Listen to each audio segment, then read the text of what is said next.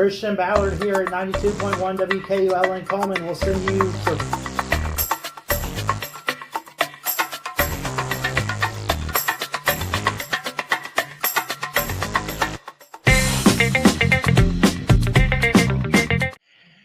It is Sunday, April 13th, the day after some spring games, including Alabama's, and we got quite a bit to talk about. Unfortunately, though, if you're a college football fan, we're not talking about any spring games. There were some teams that looked good. There were some teams that looked kind of shaky. I wouldn't say awful. But with the way college football is changing, and especially how Alabama changed theirs up and everything, I really don't feel like getting into that today. So we're going to look at some baseball, and then what's this about a new college football villain? Yes, a new villain in college football. I think it used to be old Saint Nick Saban, for most of you out there. Although, let's be honest, we kind of miss him, right? Coaching in college. But let's go ahead and get into that. From MSN, just a couple years ago, Arch Manning was one of the most highly sought high school recruits in the nation. He ultimately decided to take his potential and high profile last name, Manning, to Austin.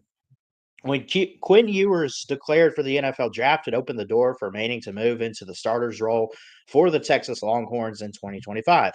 As spring games around the country get underway, ESPN host and commentator Reese Davis made a bold prediction about the role Manning could play when he takes his next step in his college career. As the season gets closer, the hype surrounding Manning is bound to escalate. Davis suggests Manning could become the ultimate villain, in quotes here, because some fans will end up appreciating him even more, while others could experience more feelings of resentment.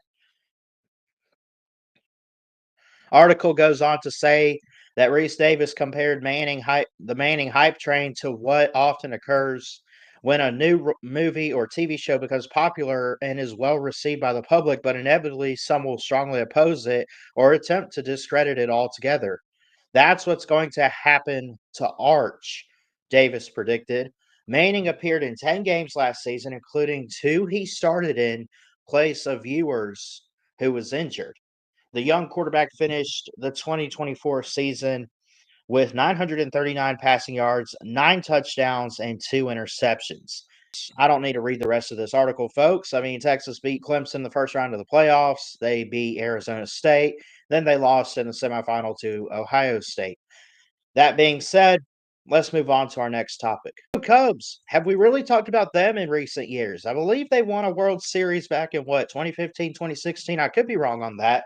The defending champs, the Dodgers, go down, but they don't just go down. They go down where it hurts in a shutout. But hold on, folks. 16 runs for the Cubs.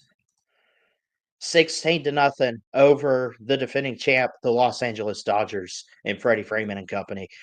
One night after being shut out, this is reading from ESPN here, the AP. One night after being shut out, the Cubs broke out for 14 runs and 15 hits in the final 3 innings of a 16-0 victory Saturday night to hand the Dodgers their first home loss of the season and their worst home shutout defeat in franchise history. The Cubs finished with 21 hits, including 9 for extra bases. The boys came out swinging, and it was pretty cool to see, said Chicago's Carson Kelly, who homered twice among his 3 hits and drove in 3 runs. He goes on to say, kudos to our guys for working at bats, really working counts, getting good pitches to drive, and not missing them. We also ran the bases well and took our walks. I think it's just the mentality of this team that we're going to fight to the end no matter what the score is.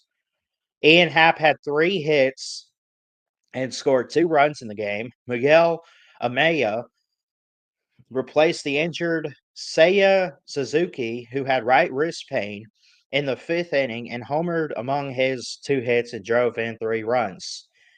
Let's see. What else can we read from this? The Cubs pushed their major league leading run total to 112, which is 21 more than the second place New York Yankees at 91. They have outscored opponents by 41 runs a margin nearly twice as much as any team. I need to start watching Chicago. Article goes on to say really just a bunch of quotes.